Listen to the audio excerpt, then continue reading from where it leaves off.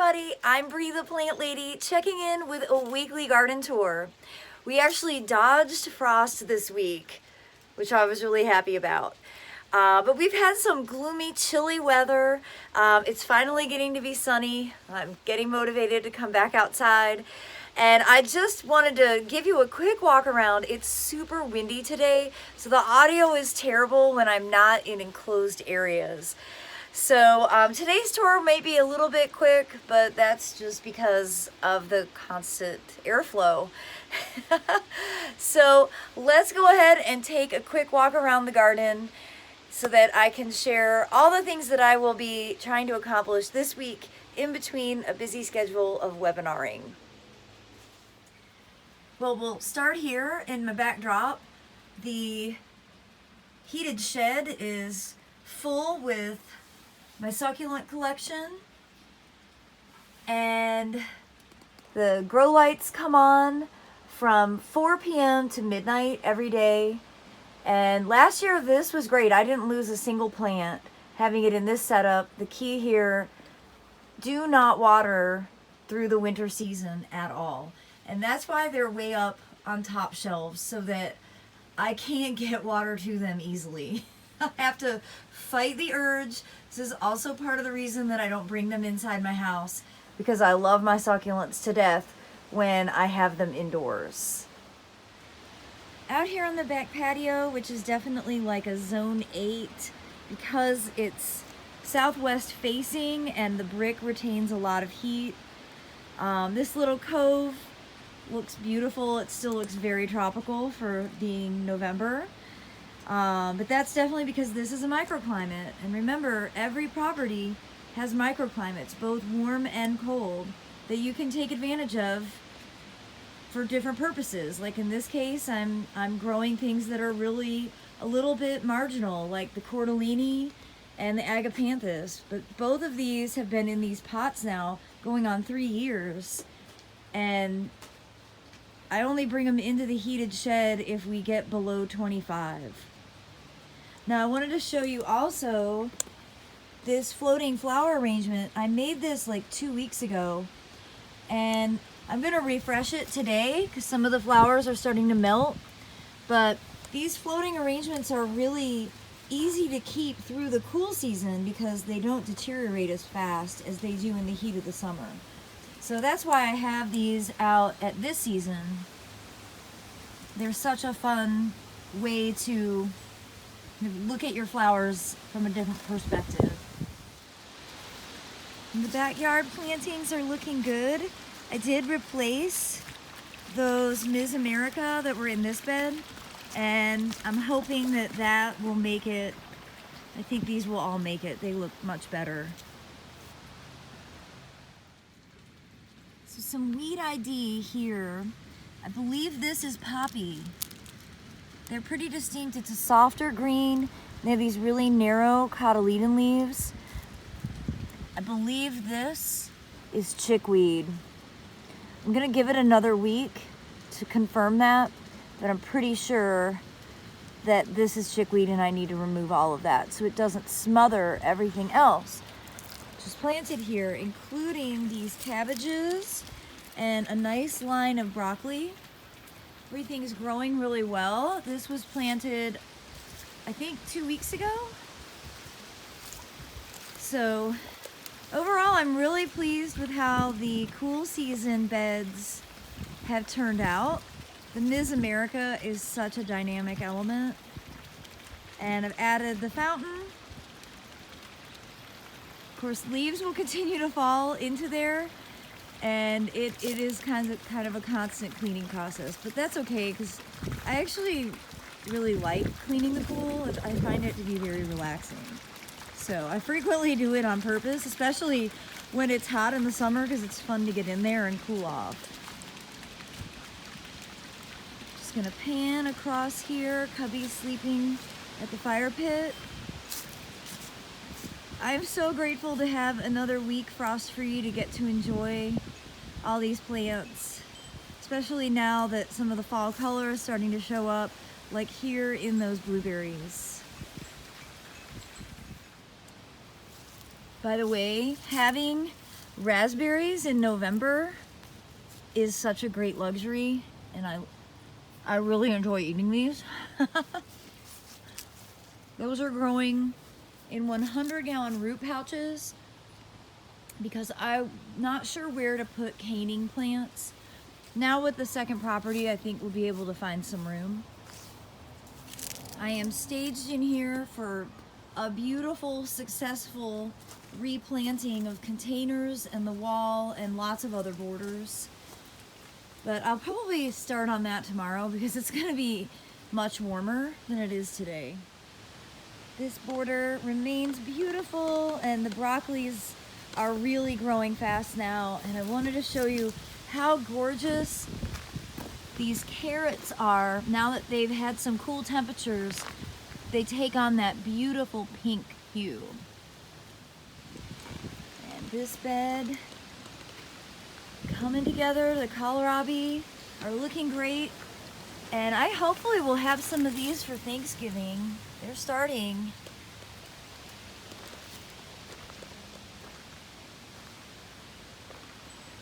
I haven't really watered or anything. We haven't gotten that much rain, to be honest. This zucchini is crazy.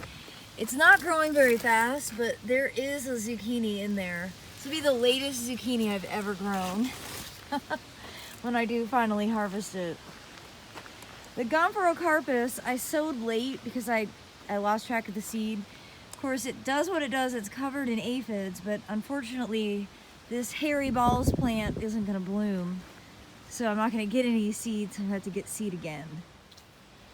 So the other night, when I thought we might have a freeze, I came through and harvested a whole bunch of cushaw pumpkins, or I'm sorry, Seminole pumpkins, cushaw squash, which are out front.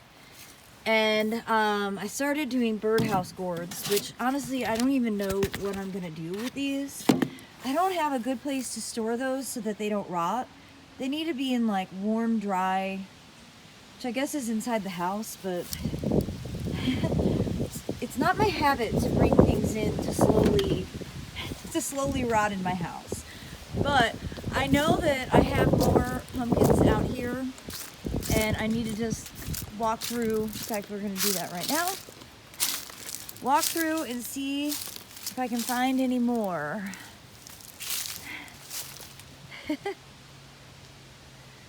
It's a jungle.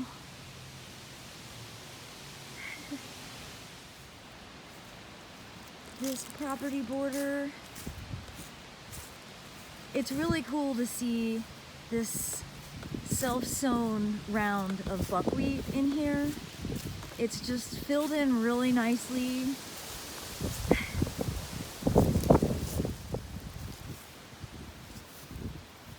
And the kufia up here, definitely past its prime, but still blooming so well. Bottle adjacent.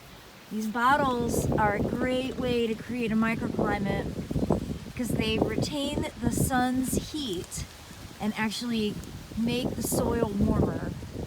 So we always have happy, healthy plants right against the bottle edge. The thing I'm most excited about is having a little more time with the Treasure Island sweet potato arch, which I just am so charmed by. Now, a lot of people have been asking, and this is two different species of Ipomawea. We have the sweet potato, which is the bright chartreuse leaf. Those are planted in the ground. I think there are 4 plants total, 2 on each side of the cattle fence. But then this that's blooming, this is the black-eyed Susan vine. And I actually planted this here about 7 years ago, and it's self-sowed ever since. So it definitely has something of an aggressive habit, but in this situation, I think it's the perfect combination to get interesting foliage and pretty flowers at the same place. The papyrus, it looks happier than ever. And the kufia is great. My job that I need to do is to come out here and undo the wall and replant it. I'm going to do it predominantly in barley this year. I'm going to leave those 2 containers for as long as possible. That one on the left is still producing a ton of cream sausage tomatoes. But my ASAP projects to get this crescent container replanted, and yes, I am going to save those plectranthus, the variegated there and this one. They're just too pretty. I can't throw them out. And then to also get this crescent container replanted, and I'm going to try and save that plectranthus as well. Plectranthus is so useful because deer and rabbits hate it. It has a really strong scent. Like, this species is really sticky. I mean, it kind of smells like weed, to be honest. I know I need to go ahead and just deal with these. I pulled all the tomatoes the other night, so perhaps this week when I'm out here I'll get ambitious. Another plectranthus that I love and adore. And again, I plant these plectranthus in the pots to help prevent animals from nibbling on all the rest of the stuff. Now today, my goal is to convert the joggling board to only things I grew. So I don't know that I'll actually be able to do that. I might just put the squash and stuff below the joggling board. I really enjoy looking out at this view. I sit on the couch like right through that window and I look out, and it's really charming with all these different squash and pumpkins. And I have these because I'd like to, you know, toss them somewhere in the garden and see if they self-sow next year and grow some different varieties. And if the hedychium wasn't crazy enough, look at the Thailand giant colocasia keeps on putting flowers out. And I do need to harvest more seed pods from that.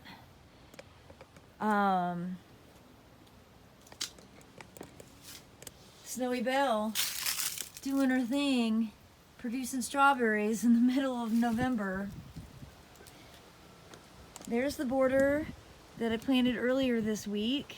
I don't see any seed germination yet, but that's all right. That's just been a couple of days, and I replanted that window box with Aiden's help. That's a native Carex that we replaced the tender succulents with. These colocasia are still crazy, huge, awesome. This continues to flower and look beautiful. It's really quite a beast of a plant, considering it was like in a really small pot. Look at how big those trunks are. I think it was like a 1 quart that I bought at Big Bloomers. So you can see a bed that was done versus a bed that hasn't been yet, but no rush. I usually try to get this bed done the first week of December, so I'm perfectly on schedule. And we did come through and harvest all the cushaw squash. Those were up on the joggling board. So this border, I'm probably gonna let everything get melted, but ideally I'll be planting this on Black Friday and sharing how-to videos with all of you. I wanted to show you the Acer Triflorum. This is one of my favorite maples for the Southeast. It gets incredible yellow butter colored leaves at this time of year, and all winter long you've got this great bark interest.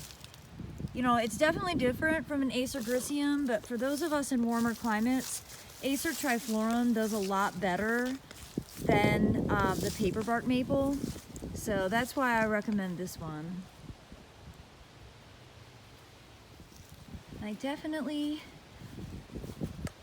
It's easier to take the castor beans down when they've been frosted because they're pretty heavy.